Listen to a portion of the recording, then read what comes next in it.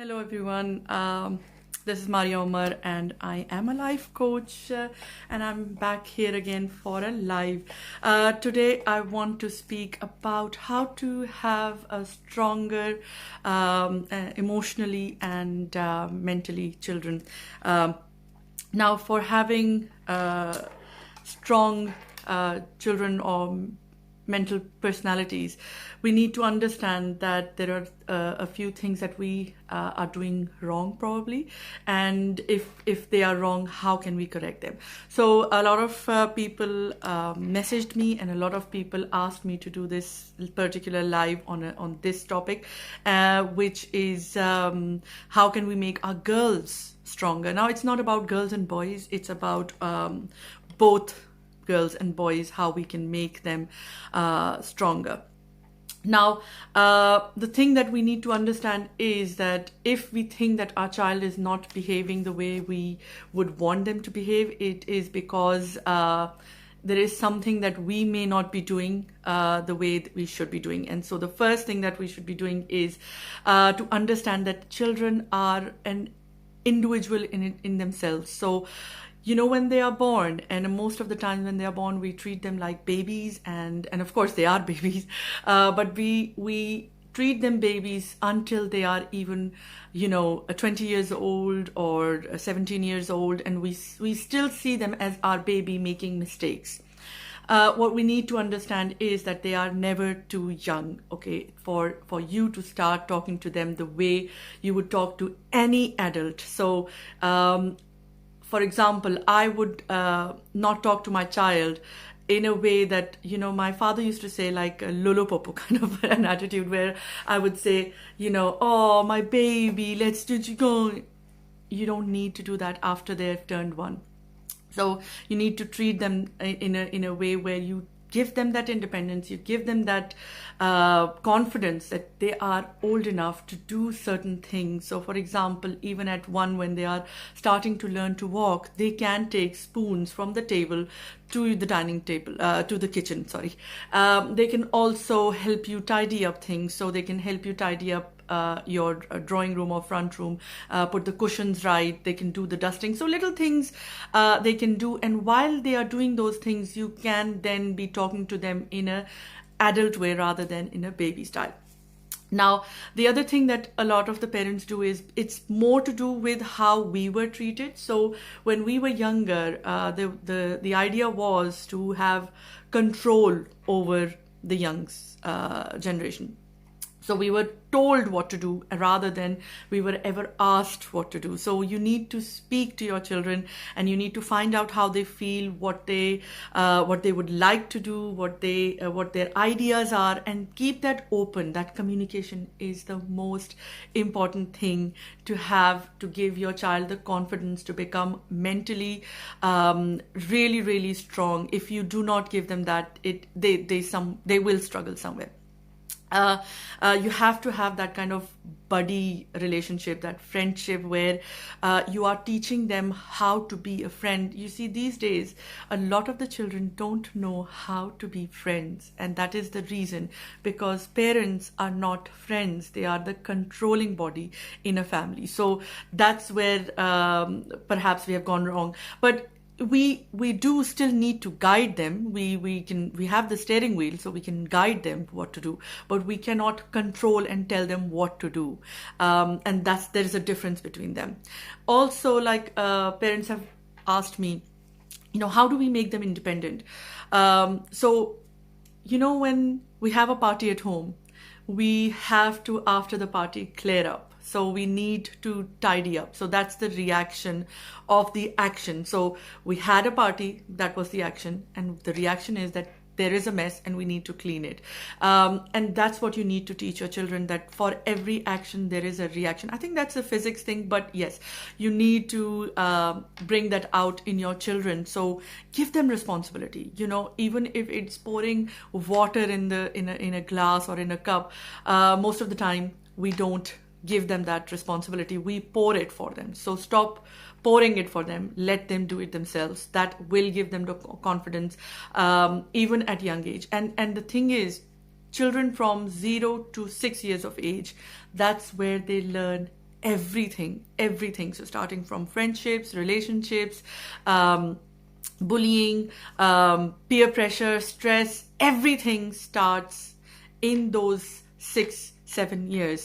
For some it is more, for some it is less. But if you have had a childhood where you have been controlled in those 6 years, you will have the kind of personality where you will like to control people. So try and not control your children for that particular reason, because that 6 years is actually the basic, the foundation of their life, and they are learning every single thing in those 6 years.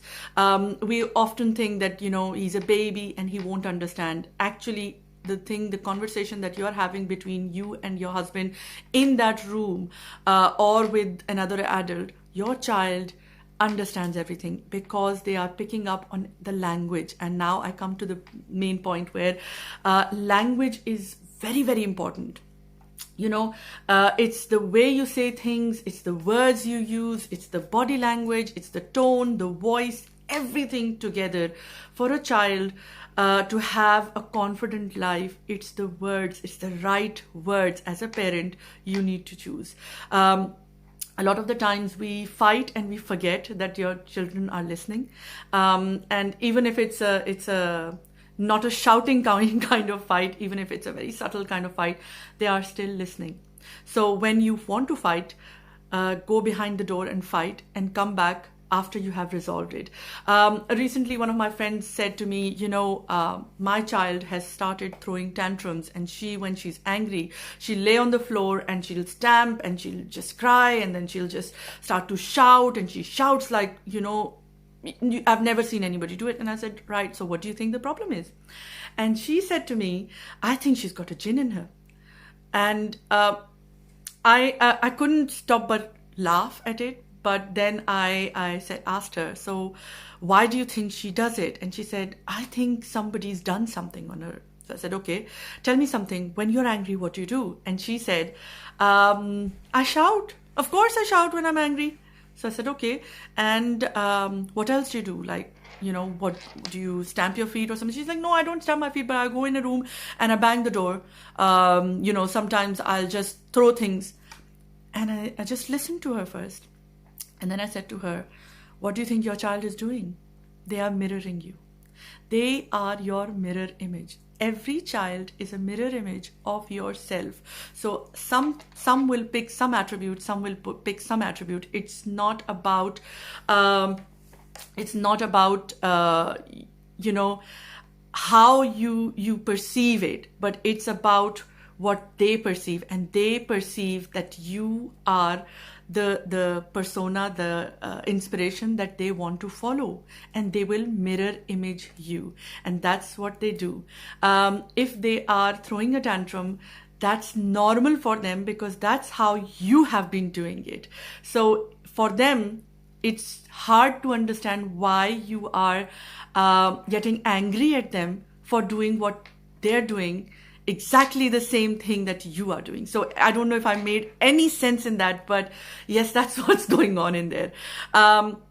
Also, when we use the language, it's how we use it. I often say to my friend who's here watching me, Miriam, and I say it to my husband as well, these days, if I put a poo on the plate and present it well, people will eat it without a worry. And that's the thing, people, the way you present yourself, the way you speak is what your child is going to do. And that is the most important thing. So try and present yourself in the best possible manner with the speech that you're using.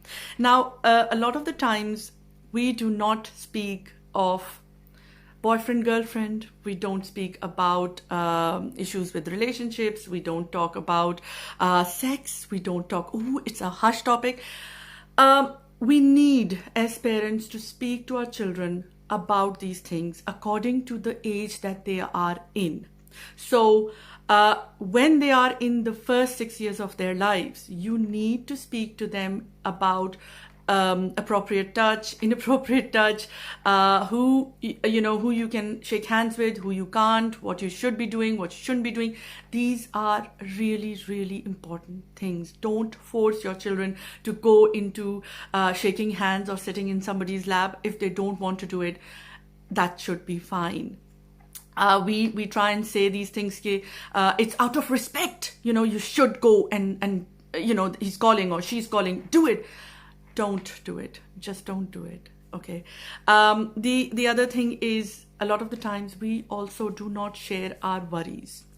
Children catch up on it. So if you want your child to be strong mentally, you need to talk to your child about your worries, your money, your food, every single thing. You need to talk to your child, and that is the only key that will make your child confident, mentally strong, and able.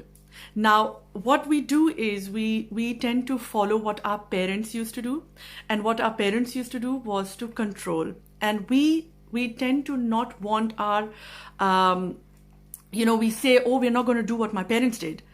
But eventually we do it. And I'll tell you an example. My father, I wrote an article once upon a time. It was rather an essay. And I went to him and he read it. And he was really good in English. He was amazing in English writing and stuff. And he said to me, yeah, it's good, but it needs work. And to me, as a child, it was like, okay, I'll write again. So I wrote again, and it still wasn't good enough. And it was never good enough. And as a child, I never understood that. But when I became a parent and I said the same thing to my child, I was like, I sound like my dad. What's going on?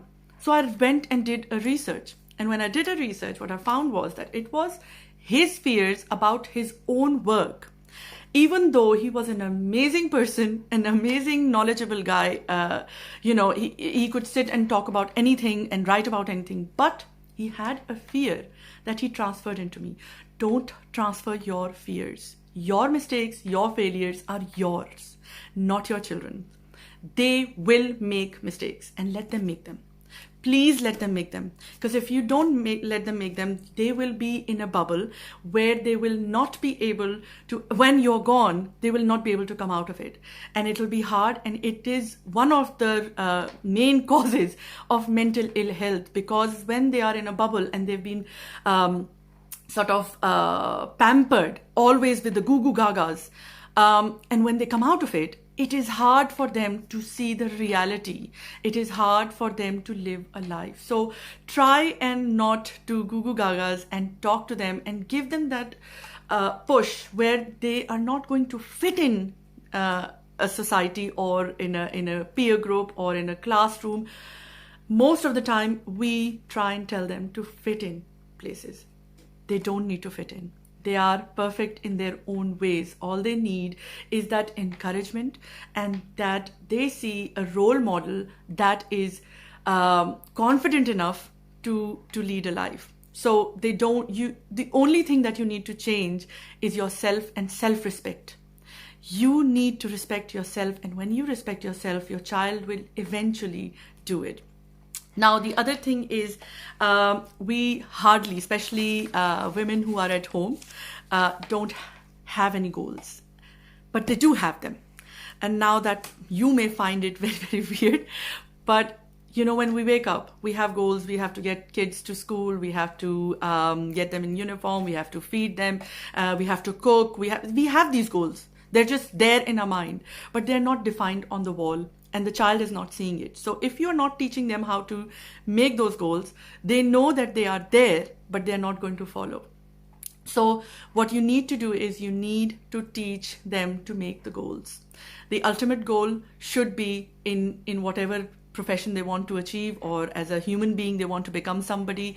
So my ultimate goal was to have a family. I have it, and my ultimate goal now is to help people with whatever knowledge I have. So that's what I'm doing again. So I am continuously talking to my children about these goals. I am not just doing it every day. They know that today I will be doing a live, or today I'm going to be studying and doing my assignments. My such and such daily goals are my ultimate goal is, and this is what I want. What do you think? You need these questions to be asked in an open way and not a closed way. You cannot ask their advice and not follow it. You have to follow what they give you, and you'd be surprised. You will be surprised what a 6-year-old will advise you, and you will go with it, and you'll be like, oh my God, why didn't I think of it? I was a 6-year-old once upon a time. Why didn't I think of it? So every time you are stuck in life, go back to your 6 years of age and think, what would you do when you were 6 years of age? And that is very, very important for everybody. Now, I've already spoken about fitting in, but I will still tell you, stop teaching them to fit in. Okay. Also, a lot of the times parents say, oh, I don't have enough time to sit with my child or to talk with my child.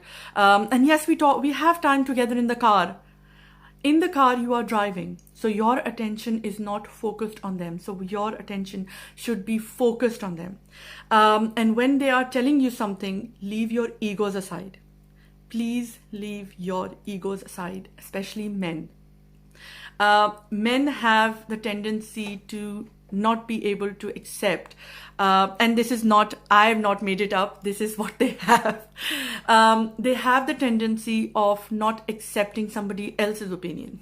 So their ego then jumps in when a child who is younger is telling them to do something. And it's harder for them because they've not seen the older generation, which was a narcissist generation.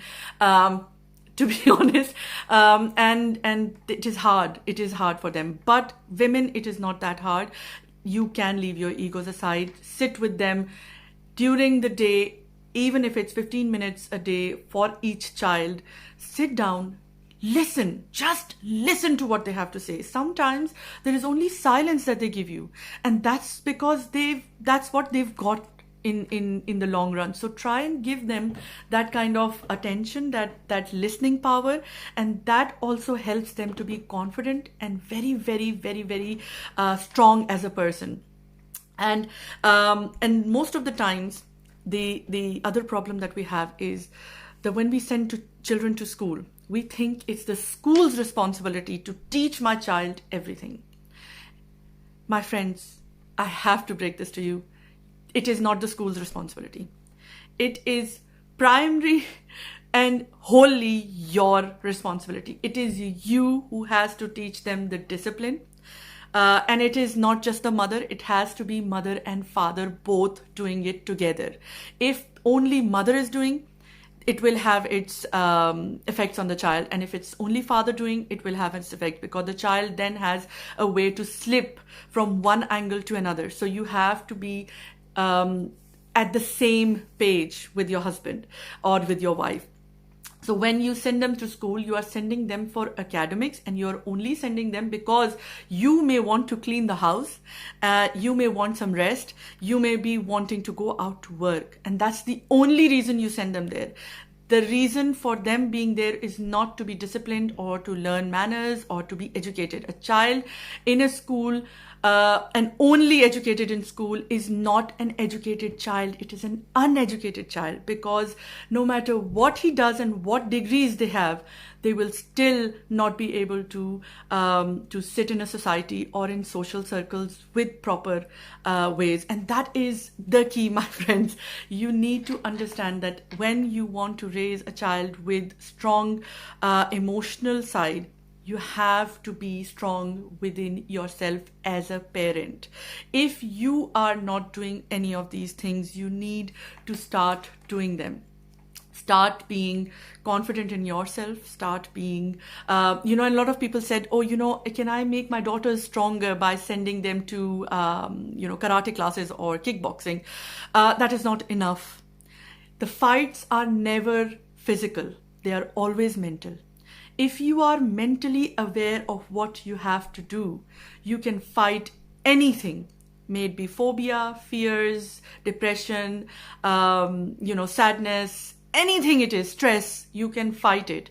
But if you are mentally not there, you cannot fight anything. So even if you know the self-defense, you will not be able to use it if your child is not mentally strong. Now, in all of this, I think what I do with my children is I sit and talk to them individually as well as on dining table. Now, on the dining table, it's like a family affair. So when you talk to all your children on the dining table, everybody is listening about everybody's problems and everybody can pitch in and solve. So they learn problem solving and they also learn to be empathetic. So when you are not doing that, when you're all sitting alone and eating in separate rooms or separate times, that also teaches them not to be together, no unity, no teamwork, no empathy towards anybody. It doesn't have to be just family, it can be anybody. They will have no empathy for no one. So try and do these little things, like laying the table. Give it as a responsibility to a child for them to be responsible and be independent. As a 2-year-old, also you can put the laundry in the washing machine. You can, but it's the fear that we have that how will they do it? They are too young to do it. They are never too young.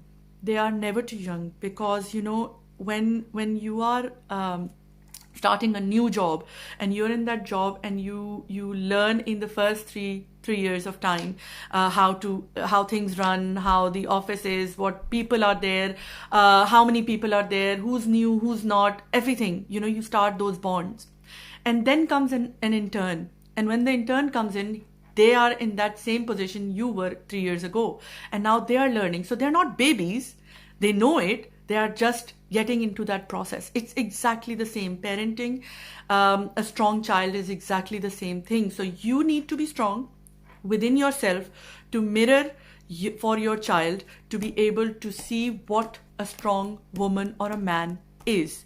And a strong man does not mean that they can't cry.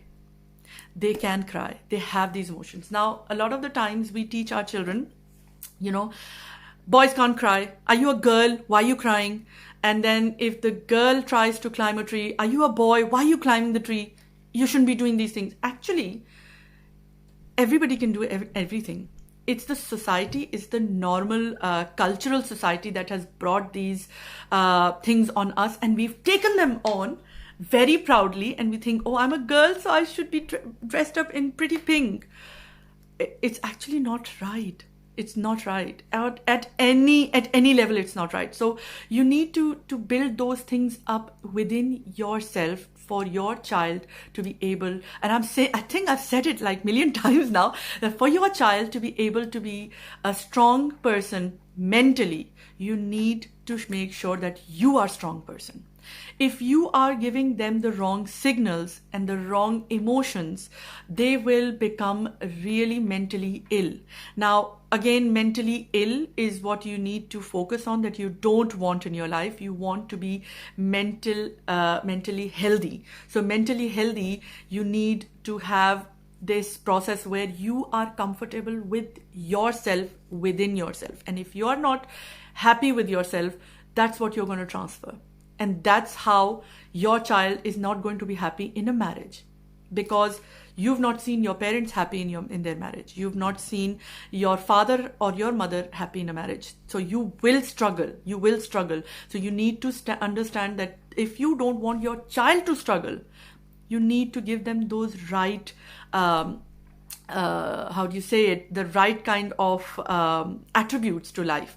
And the attributes should be that they shouldn't be fitting in.